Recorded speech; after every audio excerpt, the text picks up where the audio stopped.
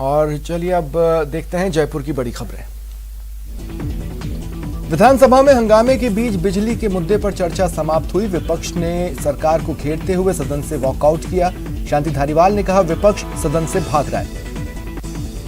विपक्ष ने बेरोजगारी और प्रतियोगी परीक्षाओं में धांधली जैसे मसलों को लेकर सरकार को घेरा। शून्यकाल में स्थगन प्रस्ताव के जरिए भाजपा विधायकों ने सरकार पर युवाओं से जुड़े मसलों को लेकर विफल करार दिया।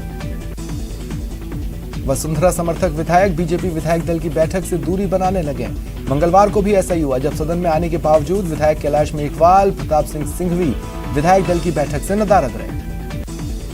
जब न्यूज 18 ने कैलाश मेघवाल से पूछा तो उन्होंने नो कमेंट कहकर मामले से पल्ला झाड़ने की कोशिश की। बुधवार को अंतर्राष्ट्रीय लोकतंत्र दिवस है। जयपुर में किसान संसद का आयोजन होगा। संयुक्त किसान मोर्चा के आह्वान पर किसान मोर्चा राजस्थान की ओर से ये बुलाया जा रहा है। देश भर के किसान नेता और प्रतिनिधि शामिल होंगे। किसान संसद की कार्यवाही ठीक उसी तरह चलेगी जैसे संसद की कार्यवाही चलती है। रीट शिक्षक भर्ती 2018 के अभ्यर्थियों ने नियुक्ति की मांग को लेकर जयपुर में धरना दिया। वेटिंग लिस्ट में 1000 से ज्यादा अभ्यर्थी हैं जिन्हें अपनी नियुक्ति का इंतजार है। मामले में कोर्ट में सुनवाई चल रही है। मुद्दे को लेकर अभ्यर्थियों को मुख्यमंत्री कार्यालय की ओर से बातचीत के लिए भी बुलाया गया है। जयपुर में ई मित्र प्लस के ऑपरेटर्स अपने हक के लिए हल्ला बोल रहे हैं। ऑपरेटर्स मानदेय भुगतान की मांग कर रहे हैं। प्रदेश भर में इनकी संख्या 10,000 के करीब है। सरकार की ओर से 1,000 रुपए का मानदेय तय हुआ, लेकिन वो भी नहीं मिल रहा। कोटा की बड़ी खबरें। एसआई भर्ती परीक्षा को लेकर रोडवेज की बसों में भारी भीड़ दिखी। डिपो में पर्याप्त बसें नहीं होने के कारण परीक्षार्थियों को काफी परेशानियां हुई। कई परीक्षार्थी इधर उधर भटकते रहे। हालांकि रोडवेज की तरफ से 74 बसें लगाने का दावा किया जा रहा है, जबकि जिला प्रशासन ने भी 5 प्राइवेट बसों की व्यवस्था की, लेकिन ये सब नाकाम साबित हो रहे हैं। कोटा पुलिस की बड़ी कार्रवाई। रॉयल्टी ऑफिस में 31,20,000 की नकदी चोरी की वारदात को अंजाम देने के मामले में फरार आरोपी को पुलिस ने गिरफ्तार किया। बोरखेड़ा थाना इलाके में बैटरी चोर गिरोह के सदस्य को लोगों ने रंगे हाथों पकड़ा। ये चोर टेंट हाउस में खड़े मिनी ट्रक से बैटरी निकालने की कोशिश कर रहा था। चोर को कर्मचारियों ने धर दबोचा, हालांकि उसका साथी बाइक से फरार हो गया। पकड़े गए युवक को लोगों ने पुलिस के हवाले किया। पुलिस दूसरे संदिग्ध चोर की तलाश कर रही है। बीते कई दिनों से वाहनों से बैटरी चोरी की वारदातें सामने आ रही थी। एक युवक ने जहर खाकर खुदकुशी कर ली। घटना कुन्हड़ी थाना इलाके की है। मृतक की जेब से सुसाइड नोट मिला, जिससे मामला प्रेम प्रसंग से जुड़ा महसूस हो रहा है। डेंगू पैर पसार रहा है। अब तक 5 दर्जन मरीज पॉजिटिव मिले हैं। चिकित्सा विभाग की चिंता बढ़ रही है। डेंगू और स्क्रिप्टाइफस जैसी बीमारियों की रोकथाम के लिए विभाग डोर टू डोर सर्वे कर रहे हैं। अजमेर की बड़ी खबरें। चंडीगढ़ के रॉक गार्डन की तर्ज पर अजमेर नगर निगम सेल्फ हेल्थ ग्रुप के प्रयासों से सुभाष उद्यान में एक गार्डन विकसित किया है। इसमें घर के वेस्ट मटेरियल से अलग अलग चीजें बनाकर लगाई जा रही हैं। अजमेर की रामगंज थाना पुलिस और स्पेशल टीम ने संयुक्त कार्रवाई कर 4 किलो गांजे की मोबाइल पर तस्करी कर रहे आरोपी को गिरफ्तार किया। पुलिस ने स्टेट बैंक ऑफ इंडिया की आदर्श नगर शाखा के असिस्टेंट मैनेजर को गिरफ्तार किया। आरोपी पर ग्राहकों के खातों से बिना विड्रॉल फॉर्म के करीब 9.5 लाख रुपए और अन्य खातों में ट्रांसफर कर गबन का आरोप है। जवाहरलाल नेहरू अस्पताल में बड़ा हादसा टला। आईसीयू यूनिट के एक्सरे रूम की छत का प्लास्टर गिर गया। गनीमत रही उस समय रूम में कोई नहीं था। प्लास्टर मशीन के ऊपर गिरा, उसके बाद से आईसीयू में एक्सरे बंद है। अस्पताल अधीक्षक डॉक्टर अनिल जैन मौके पर पहुंचे और जायजा लिया। एक युवक ने ससुराल में आत्मदाह की कोशिश की। ये शख्स ससुराल वालों से अपने पैसे मांग रहा था और पैसे नहीं देने पर खुद को आग लगा ली। भरतपुर की बड़ी खबरें।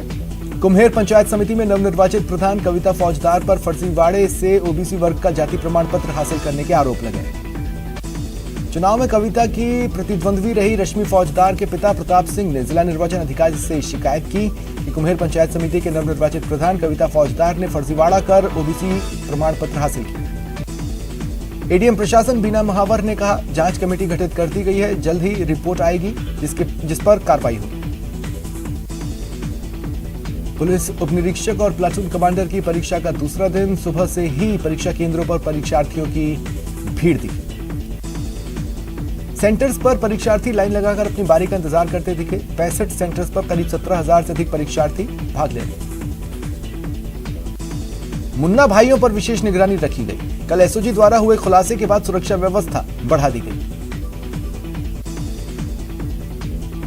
वहीं बस स्टैंड पर परीक्षार्थियों की भारी भीड़ देखी गई। जयपुर अलवर जाने वाले अभ्यर्थियों को तो रात में बस ही नहीं मिली। ऐसे में जो भी बस मिली उसमें ही परीक्षार्थी ऊपर नीचे लटकते दिखे। प्रशासन ने अतिरिक्त बसों का भी इंतजाम नहीं किया। भुसावल नगर पालिका में रोड नाके की बोली के दौरान जमकर हंगामा हुआ। बोली को लेकर विजयनगर के रहने वाले ठेकेदार नंद किशोर से मारपीट की गई। शहर में नो एंट्री के बावजूद भी दिन दहाड़े ओवरलोडेड वाहन धड़ल्ले से दौड़ रहे हैं। जिन चौराहों से होकर यह ओवरलोडेड वाहन गुजरते हैं वहां ट्रैफिक पुलिस के कर्मी भी तैनात रहते हैं, लेकिन कोई एक्शन नहीं लेते। उदयपुर की बड़ी खबरें। भारत के पूर्व प्रधानमंत्री लाल बहादुर शास्त्री के तुलादान के लिए रखा गया सोना उदयपुर कोर्ट के आदेश के बाद सीजीएसटी को सौंप दिया गया है। हालांकि एक अजीबोगरीब जानकारी भी सामने आई। सोने से तोलने के लिए रखे गए सोने की मालखाने में 56 किलो 800 ग्राम होने की एंट्री थी, लेकिन जब सीजीएसटी को देते समय वजन किया गया तो सोना 67 किलो 800 ग्राम निकला, जिससे असमंजस की स्थिति बनी। सीजीएसटी की टीम करीब 32 करोड़ रुपए कीमत का 64 किलो 600 ग्राम सोना लेकर रवाना हुई। अधिवक्ता प्रवीण खंडेलवाल ने बताया 3 किलो 200 ग्राम सोने के लिए फिर से कोर्ट में आवेदन दिया जाए। फतेह सागर झील तक अब मदार नहर का पानी पहुंच चुका है। शहरवासी और पर्यटक इस लम्हे का पूरे मानसून में इंतजार करते रहे। पिछले 4 दिनों से हो रही बारिश के बाद बड़ा मदार तालाब छलकने लगा और उसके बाद पानी नहर में होते हुए कल देर रात फतेह सागर की दहलीज को छू गया। सूचना पर सुबह कई शहरवासी झील किनारे पहुंचे। शहरवासियों को उम्मीद है अब उनकी उम्मीदों का सागर फतेह सागर जल्द छलक उठेगा। बीकानेर की बड़ी खबरें। पूर्व मंडी चेयरमैन और भाजपा नेता सहीराम दुसाद की प्रथम पुण्यतिथि पर कृषि उपज मंडी में श्रद्धांजलि सभा और रक्तदान शिविर का आयोजन हुआ। 64 केंद्रों पर पुलिस उप निरीक्षक भर्ती परीक्षा का आयोजन हुआ। कड़ी सुरक्षा व्यवस्था देखी गई। जोधपुर की बड़ी खबरें। एनएलयू जोधपुर में आरक्षण मिलेगा। विधानसभा में मंत्री भंवर सिंह भाटी ने इसकी घोषणा की। राजस्थानियों को 25% आरक्षण मिलेगा। त्याग मूर्ति महर्षि दधीची जयंती के अवसर पर पावटा स्थित दधीची उद्यान पर विशेष रोशनी और सजावट की गई।